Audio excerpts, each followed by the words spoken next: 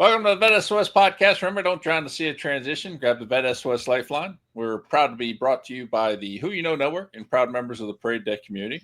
Today, we're sitting down with one of the OGs, Jeffrey Lodick, veteran advocate and legend in this space. Settle in for a great conversation. This guy's been a mentor to me, mentor to so many transitioning veterans and veterans in the space. So it'll be just a great conversation. Can't wait to get into it. Keith, we're at it again, brother. How you doing today? I am living the dream as always. How you been? Living somebody's dream. All right, let's rock and roll. We got Jeffrey Lodick. He's a retired Army Sergeant Major who served over 20 years. He's master rated jump master and Pathfinder, aerosol qualified, checked all the blocks as a non-commissioned officer. Since retiring, he has been an advocate for transitioning service members and assisted in bringing FourBlock to Tampa in 2018, which has since grown to Orlando and Jacksonville. Jeffrey supports several organizations that assist transitioning service members in the local Tampa area and has developed a network to assist in the placement of those looking for employment upon exiting the military. He started his podcast back in 2017 on the other side, Leadership After Transition, and has been very active in assisting others when they have the desire to start their own podcast, me included, even if it would be competing against his own show. He's a proud family man with his wife and 4 children, a mother and mother-in-law that all live under one roof. God bless you. I'm not quite sure how that dynamic works, but that is fantastic. Jeffrey, how you doing today, brother? Well, I'm good. Hey, Sean, I appreciate you. And listen, I know I said it before we started talking, but I feel I was going to tuck my beard into my shirt because I'm looking at Keith and I'm like, I'm almost there. Like I'm trying to gain wizard status, but this dude is the ultimate, man. It's phenomenal, man. It's just great to be around.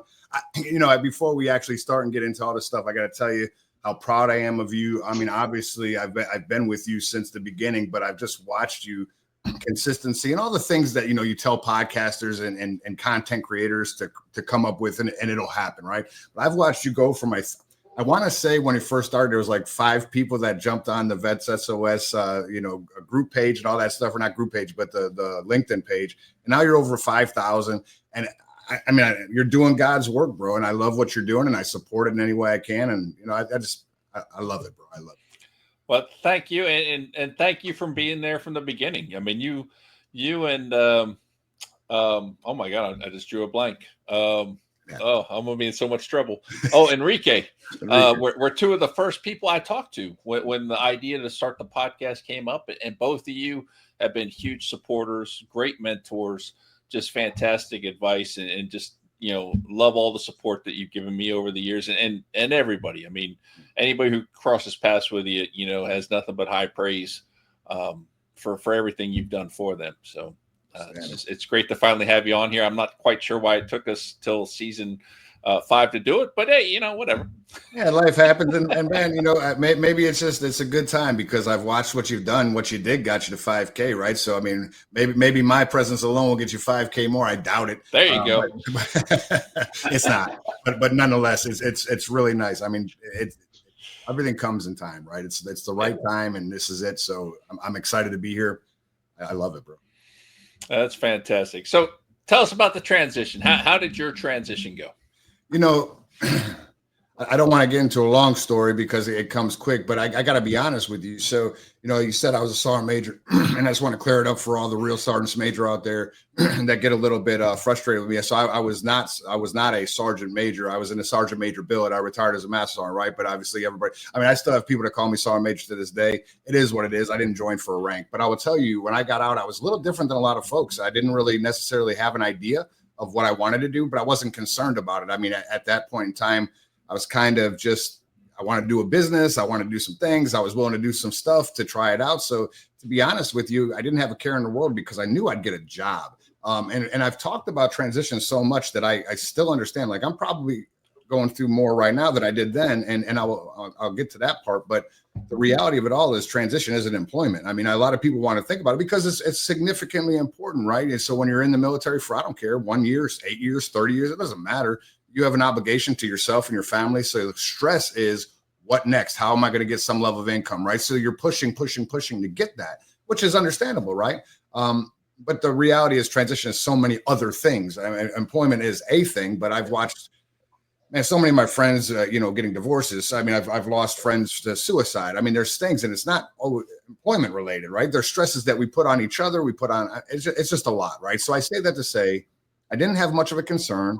My first job that I got out of the military was selling cars at Brandon Ford, the number one F-150 dealer in the world, which it is. I mean, from a volume dealership. So if you want a Brandon Ford car, let me know. I can still get you connected. But while there, I sold a truck to a friend of mine that was actually, when I was an operations sergeant major, he was the operations officer. And he said, "Hey, man, I didn't think you were going to get a job when you got out because business." And I was like, he goes, "Well, there's a job at SOCOM that I know you'd fit in." I took it, right? It was a good opportunity. That kind of led a pathway to up until very recently of what I worked for the same company for the last 7 years. Has been great. And now I'm in that transition yet again from an employment perspective. But I'll tell you, I think I'm going through more of what the transition is like today than I did when I got out. I mean, throughout that full time, I mean, the first real punch to the face for me about transition happened when I gave my BlackBerry back, right? And what I realized very quick was, and at first it was detrimental to me and emotional to me, is that I can vividly recall almost every dinner I had when I got home from work at 5:30 or 6. I'd get a phone call that would interrupt my dinner. I'd get an email that I had to answer a question, and someone was looking for mentorship, whatever the case may be. And that would be every single day. I mean, that you can look at or ask my family. We never had a good meal together because I was always engaged. When I gave that BlackBerry back, the sense of worth, if you will, I was still in the military at the time, it kind of dissipated in a sense. I started to question, am I that valuable? No one needs me anymore, right? And that wasn't about a job. That was an emotional reckoning, right? I was like, oh my goodness, right? No, it hit me for about 2 days where I was considering my value, but I had to really think to myself. I remember sergeants major that were my mentors, chief master sergeants and colonels that were my mentors. And then when they left the position or left the military, I wasn't calling them anymore, not because I didn't like them, but they had no keys to the success of my career anymore. And when you're in the military, you're not thinking about employment with a company. You're thinking about my next assignment, next promotion, and that's a real thing. And I had to actually just get over myself and realize that it's not that they don't like me, but I'm no longer going to, review the NCOER or write their award or call somebody, even though even now to this day, I still have good connections within the military and still try to navigate for people. I know I advocate for them as they're still trying to make their successful journey to the military. So that's a lot of stuff, right? But at the end of the day, I think the transition for me, I mean, and I constantly tell people, look, you're skilled, build your network, you'll get a job. I mean, that's important. It is, because livelihood matters. And I completely understand it, because variables exist. The way we put money into our savings or not, that exists. I mean, you can look in a parking lot of any enlisted or any organization and see the enlisted cars because they're 2025 Ferraris or crap like that. And some colonel's driving a Pinto from 1933, right? And you can tell what they're doing with their money. But I say all that to say, there's a lot of variables that exist. So you gotta be consistent with it and have those conversations. And sometimes they're uncomfortable conversations, but you got to have them to really understand what the next steps are and lean on people. Right? Oh yeah, no, absolutely. And I think, part of it is the senior NCO side, right? You're always there looking out for your people. You're a big part of it and everything like that. And, it started hitting me here recently at different events that I go to and seeing, like, I was in physical therapy the other day, and there's a sign on the wall, no phones, and I'm looking at it, didn't pay any attention because I don't answer my phone anymore if I'm doing something anyway. I'm not going to be rude to whoever I'm with. And this one person who was in there just kept answering phone calls, and you could tell the therapist was getting visibly upset. Mm-hmm. And I started chuckling, going, I remember those days in the service where you always answered your phone, you always picked up the line. And I started thinking back, was some of it higher level national security type stuff? Yeah, maybe. But all of it probably could have waited till I was done with dinner, like you said, or whatever. And this person is interrupting her physical therapy session to take a phone call. And I don't know what she does, but, in the long run, it's probably not life or death, and it's something that she easily could put on hold for an hour. So it's interesting how our look on life changes and stuff like that from our different services and things we've done. And it's crazy. It is. Hey, Sean, did you ever think real quick? And I say this because I actually just had this conversation the other day, and it's not on the same lines, but it sort of is. since I got out of the military, like I got a call and be like, hey, Sean, are you available at 1 o'clock? Hey, Keith, can we get on a call at 3? Like, I mean, to me, it's funny as hell because for 20 years, my phone rang, I answered it. If I called someone, they answered. There was no calendar. It was just when the phone rings, man, pick it up. And maybe that's maybe that is some institutional stuff. And I say that, Sean, because I remember as a private, and we didn't have cell phones. I mean, I'm not aging myself, but I didn't have a cell phone as a private. They didn't exist really at that point. If they did, you were balling or it was this big, right? But anyway, at the end of the day, as a private, as a specialist, if sergeant or staff sergeant or sergeant first class called you and you didn't answer, oh my goodness, man, you were going to get it. If you could be in the movies, you could be on a date, you could be doing some things that probably shouldn't be talked about on a non-X-rated thing. But it's like if you didn't answer your phone, there's hell to pay. So I mean, I think that was kind of it was a pass me down. So when I was more of a senior NCO and I called someone, the expectation was pick up the phone. Now. And I got to be like, I'm not available today. What do you mean you're not available today, bro? I mean, look, there's 24 hours in the day. I mean, if you're not in your office till 4, I get it. But what are you doing at 6:30? You got to drive somewhere. Call me. I mean, I just, you know what I'm saying? Like, I try to pick up my phone whenever it rings. But I do understand I get busy. But I typically call right back or I'll text a message and say, hey, can I call you? Whatever. But I'm not one of those required find a time on my calendar guys. But I understand it's the world we live in. Yeah. So, Keith, you can relate to it. I know you were driving a Lamborghini when you were in the service. No, I was not one of those guys. No, I was not. I can relate with a lot of what Jeffrey's talked about, both in and transition space coming out. I didn't have the mindset that I'm going to find a job, but I see it now. And I too, in some transition, maybe more in the near future as a federal employee. But it's definitely an interesting time. So, but Jeffrey, you got your hands in a lot of different projects here, like FourBlock, Project Transition USA, Military Creator. Like, tell us a little bit about everything you got going on. Like, start wherever you want. I mean, take your pick. So what I realized was when I was in the military, I was really focused on the military, every aspect of it. I mean, I was very involved in the Army. Like I won't even talk bad about the Army right now. Chances are, if my body didn't break, I'd still be in the Army. I love it. I recruit for it even to today. And I think it changed my life and it gave me everything I have. So they don't owe me a thing, right? Anyway, I say that because when I was in the military, I was so involved in things that were really directly related to the service member. I mean, I could say soldier, but I was in a lot of joint units. So whether they were airmen or Marines or Navy folks, sailors, right? Constantly working with them to get them better. And I in my mind, I have all this information and I always feel that if I keep it here, it's not going to satisfy the masses. So if you could see me anywhere in the parking lot, I'm talking to somebody. I mean, I'm giving them whatever I have and take it or leave it. I mean, I'm not the answer or the be all end all, right? Of anything. I don't have the monopoly on great ideas.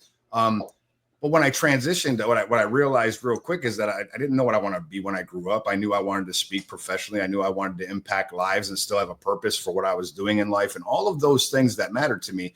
But, you know, I mean, obviously it doesn't just work that way all the time. And there's some consistency that has to come along with it. But what I found was that when I started my podcast, the On the Other Side podcast, was basically because I was sitting in a room listening to people in TAPS. And in the room that I was in, there was 06s, there was E9s, there was E4s. I mean, this was before they had there was an executive level one too. But at the end of the day, we had a bunch of folks and they're talking to us in front of the room. And I give them credit, right? I'm not one of those guys that bash the programs because they're there for what they do. And the people that are doing them typically love what they do.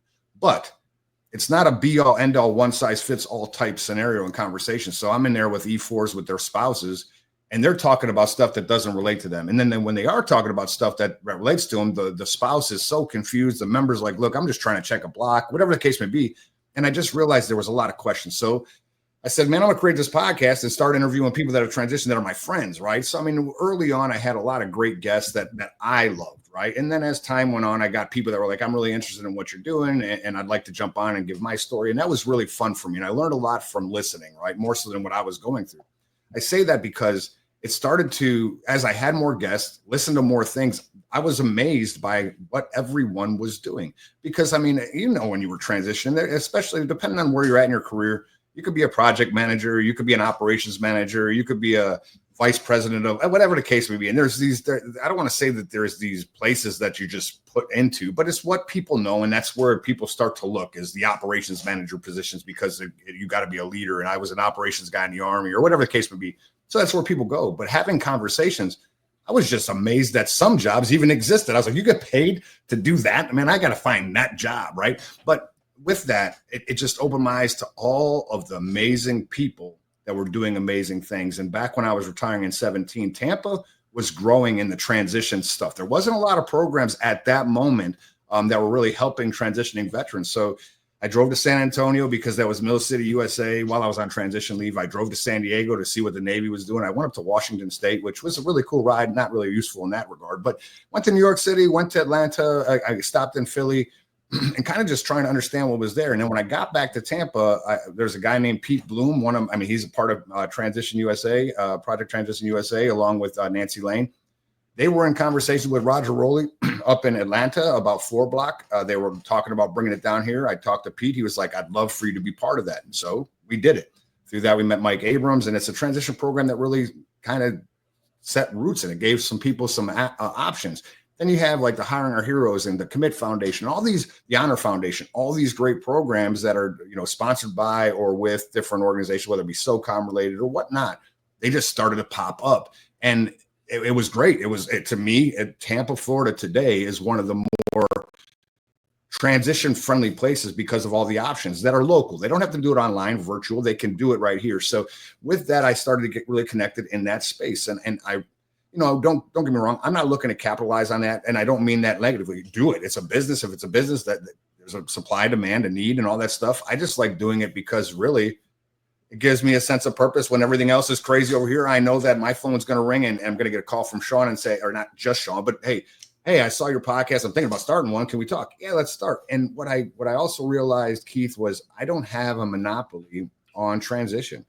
I know stuff and I've experienced, and I think anybody that's experienced transition has a story, and I believe it's worth telling it, because at the end of the day, I remember as an E5 and an E6 sitting in rooms with sergeants major every year, maybe multiple times a year, where a sergeant major will come in and tell you the path to success, to be a sergeant major, to be a master sergeant, to be a sergeant first class, to help you get to that spot.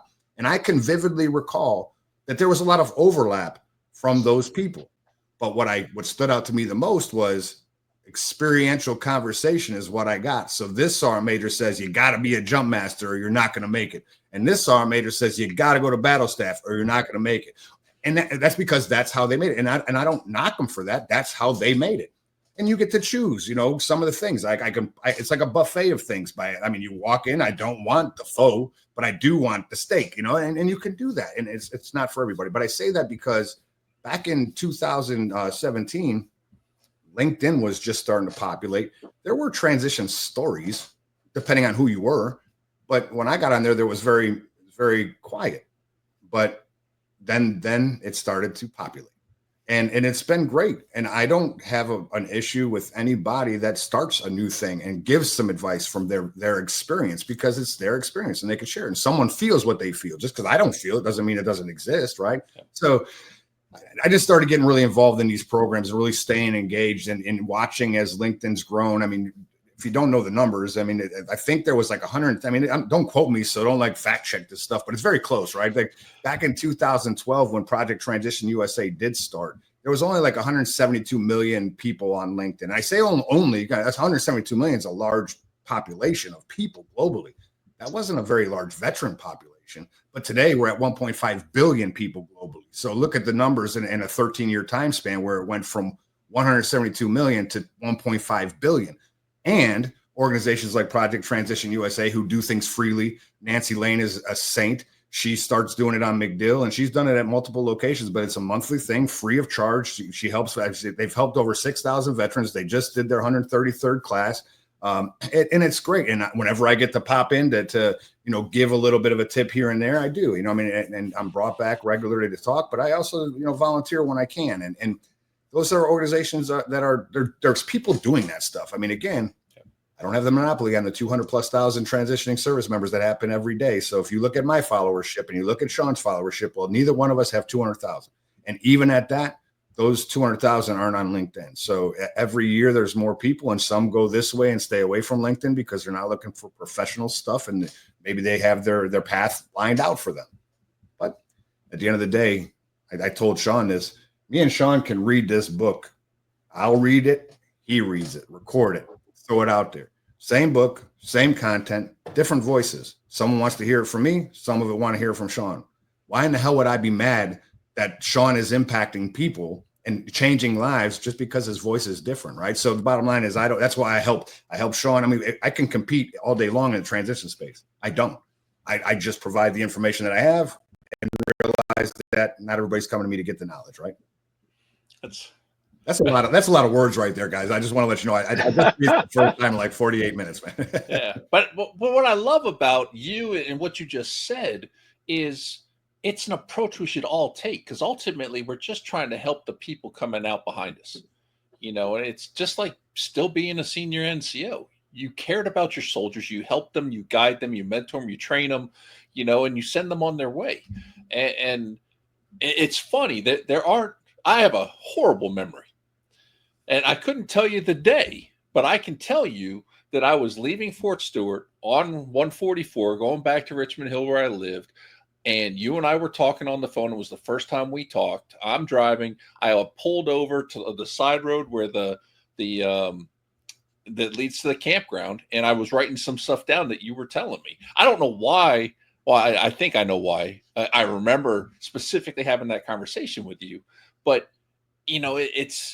it's just something that stuck with me, and that was the impact you had on me just, while I'm in the transition talking about trying to start this, and you have that ability to connect with people and relate to them. And that's what makes it special, and people remember stuff like that. So, I applaud you for still wanting to help people, still sticking around it. Cause honestly, when I was getting ready to leave, I honestly thought you maybe see me on post once in a while at the commissary, but I was done with the military thing. And 2 years later, here we are, and still doing this and loving it, because we're giving back and we're trying to help people. And man, you're making a difference, Sean, and I love that, because I could say that you're not doing nothing. I mean, obviously 5,000 followers plus is a sign, right? It's something nice, but I look at the comments in your videos. I watch it on LinkedIn when it comes up, and I mean, there are the notion of, if I help one person, I've helped 1,000, right? Because it just goes and that person tells a story and tells a story. But at the end of the day, look, man, I don't think that everyone can be helped, but I applaud the efforts to do it, right? I mean, at the end of that's what we're supposed to do. It's where we were at. I mean, the military in general, I don't give a damn what branch you served in. What do? You teach, coach, mentor. You're constantly bringing people up to replace you, and you're constantly walking up to replace somebody else. There are people that stop that. There are people that block you from doing that. And even in this world, right? Like, I compare a lot of this stuff to the way I just remember vividly some of the situations as a senior NCO and as a junior NCO. I remember my mentors weren't always my leaders. Like, I remembered vividly walking to another battalion to talk to the sergeant major, and then getting my ass chewed by my sergeant major for not coming to him. And I didn't do it because I didn't respect my sergeant major. I had more relatability with that sergeant major, and he was there to help, because you're not designed a battalion or a brigade or a group or a division or whatever it may be to only help them. There's no boundaries, but sometimes there's some ego and nepotism involved. And I get that. I'm just not that guy. If you feel that I'm not able to provide you specifically what you want, I am quite all right to say, well, listen, if it isn't me, I trust implicitly these 10 sergeant majors or these 2 master sergeants. They don't have to be my peer. They could be subordinate. I mean, man, you don't know how many people have helped me that worked for me. Like, I don't lose that. And it's so silly when I hear people that talk about, I can't reach out to this guy who worked for me. Why? Because that guy who worked for you may know something that, and oh, by the way, the credibility you have, what did you do to impact and change their lives? They're helping you because that you did it for them. It's just, it's the way it is. So why would I block you, Sean? Why would I block anybody that has the desire to sincerely impact lives, especially when you start talking about the 22 a day suicide rate and all that stuff. And that number fluctuates from year to year. But why would I block you from helping someone so they don't do that? Right. I'm not the guy. I'm not the gatekeeper. That's the best part about not being in the military. I no longer have to use the commander's open door policy. But before I use his open door policy, talk to the sergeant major and to the EA and to everybody else just to get there. Right now, LinkedIn opens the door for anybody. Right. Anyway, I could go on and on about that stuff. In my opinion, exactly what we need, Keith. More leaders like that with that mentality. You're there to mentor, train, help people along. The ego needs to come out of it. Yeah, no, absolutely. And my mantra or whatever you want to call it is find a mentor, find 10, right? Build a board of advisors around yourself that you can lean on and leverage. And because we all have our own strengths and weaknesses, right? I may not have a background in whatever you need help in, but I know somebody who does, right? And that's why, again, 40 some odd thousand organizations exist in our transition space, and we still have service members that are stressing the hell out transitioning.